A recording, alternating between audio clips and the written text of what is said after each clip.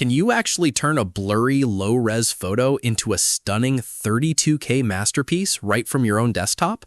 Today, we're taking an honest look at Aiarty, a next-gen desktop software that claims to do exactly that, alongside video enhancing and precise background removal. So, what is Aiarty? Instead of relying on slow cloud servers, Aiarty runs 100% locally on your computer. It's optimized for modern AI PCs, making it a lightning-fast option for photographers, designers, and video editors who want to keep their files private and secure. Let's break down its three main features. First is the image enhancer.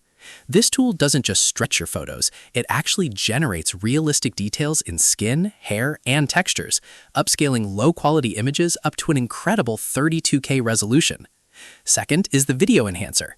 It denoises, deblurs, and upscales footage to 4K, while also interpolating frames up to 60 or even 120 frames per second for ultra-smooth motion.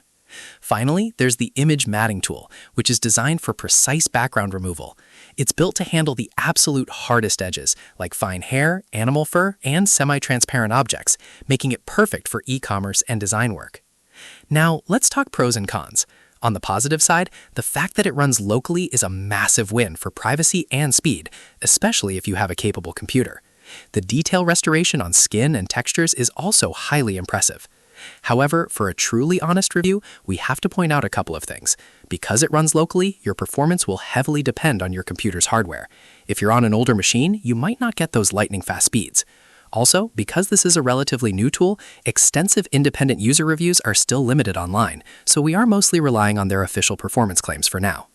Overall, if you have a decent setup and want high-quality private AI upscaling without ongoing cloud rendering wait times, Aiarty is definitely worth a look. They offer a free trial on their website so you can test it with your own files first.